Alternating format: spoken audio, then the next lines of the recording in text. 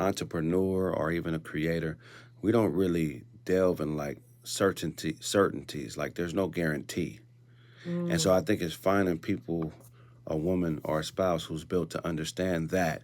I think everybody's looking for this fake comfort or this fake stability that doesn't really exist. And that's why the women of, previous, generations were looking for a college educated guy, or it's really they were looking for some sort of stability. But the way things are now, flexibility is actually, to me, as important as stability because, not too many career paths are long term. I feel like because it's a gig economy, people are, working for jobs 2, 3, 4, 5 years, and then they have to find another job, so there's no more this 30-year, job and, then retire, a career, then retire thing is something that is really no longer existing. So working for yourself is something where you don't necessarily have that freedom to be comfortable in a job. So just finding somebody that understands that and, that's kind of the most important thing. Yes. Do you think that social media is changing the relationship dynamics? I refer to the battle of the sexes, which could be a whole show in itself. Right. The manosphere and all that stuff. Do you think socials are impacting the way we relate to each other in romance and love?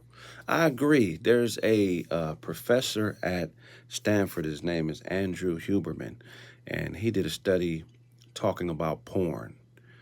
And what he did, basically, this study talked about how men are becoming satisfied and choosing not to have sex with women because they're conditioning themselves through watching porn on their phones and their computers to get the same satisfaction from sex with a woman just by watching it on their computer or watching it on their telephones. So I think that disconnect is real, and I think a lot of people are dopamine addicts, if I'm saying the word right.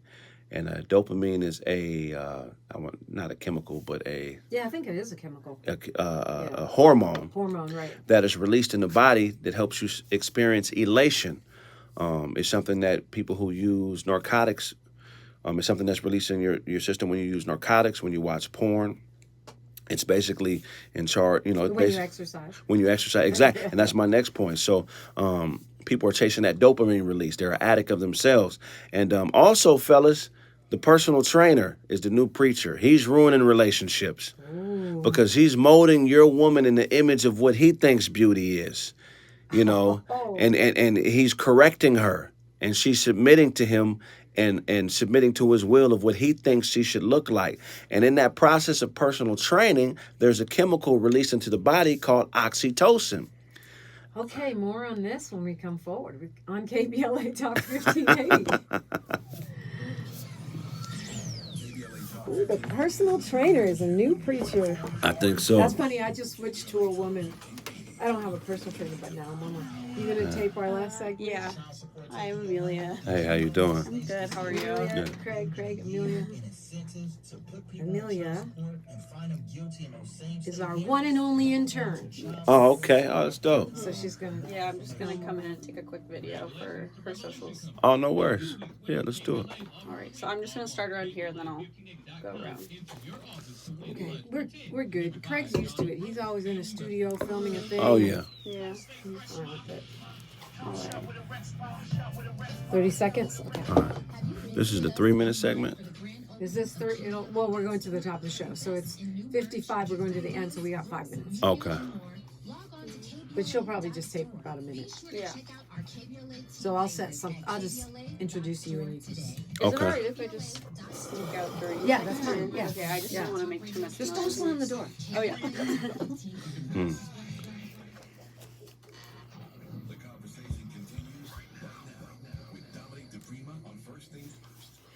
And I'm so happy to have in studio with me comedian, a YouTuber, influencer, and podcaster, the Kraig Smith.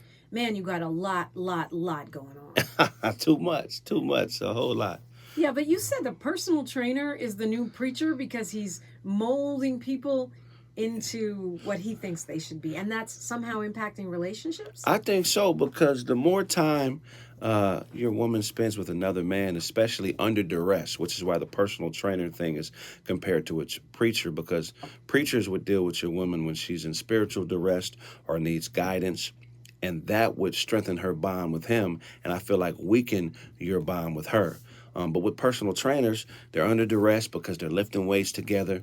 You know, when she's wrong, he's on her case. You weren't on time today. You're not eating right. What are you doing? You know, so he's allowed corrective action with your woman. And then when she lifts those weights, that oxytocin is released into her system. Oxytocin is also known as the love hormone.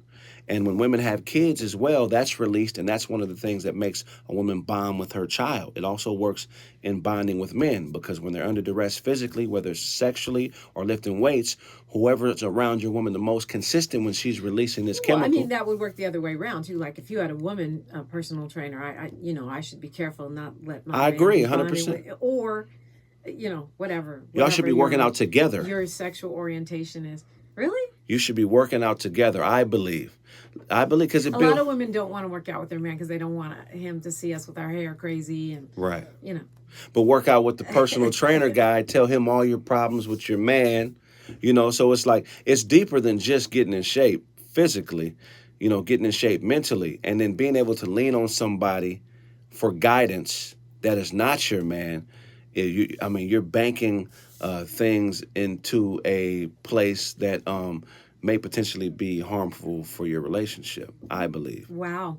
Well, if you want to hear more of what Kraig talks about, check out the podcast. But that's kind of deep. Now everyone's going to be paranoid about their personal trainer. As you should. And of course,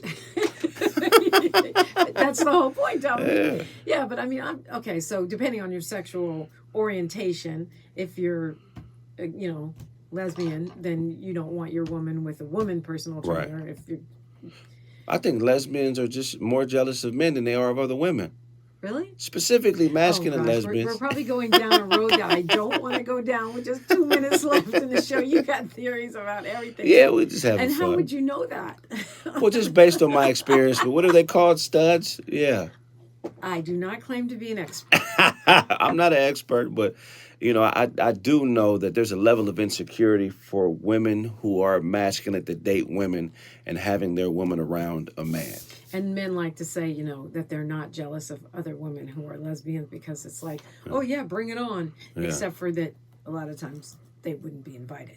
Well, men, we're very jealous. We experience all the emotionality that women experience, but what makes you a certain level of man is how you deal with yourself and how you understand that, in this situation, I'm the problem. I need to check myself. Being a man is about checking yourself more than checking others.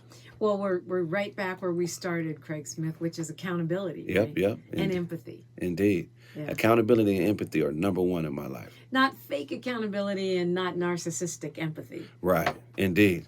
Yeah. Oh, we're on the right page. We got another hour of this? Yeah, we need at least another hour. Thank you so much for coming by. Remind us again how to follow you. So you can follow me on all socials, The Kraig Smith, TheeKraig. You can also purchase the Chill Withers albums. It's a series. I have Chill Withers, The Chill Never Withers, and then I have the Chill Withers Cluster B project coming out.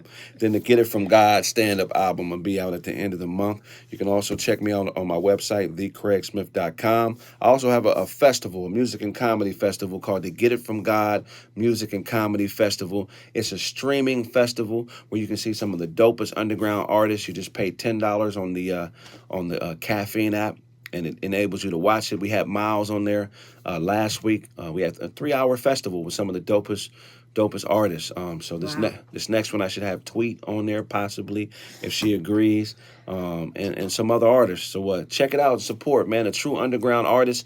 I chose not to go the Hollywood route and build myself from the ground up. So appreciate all the support I can get. Tavis Smiley's now until tomorrow. One love. My bad, I didn't mean to go over. No worries. Woo, that was a good show. Yeah, anytime you need me. Anytime you need me. Anytime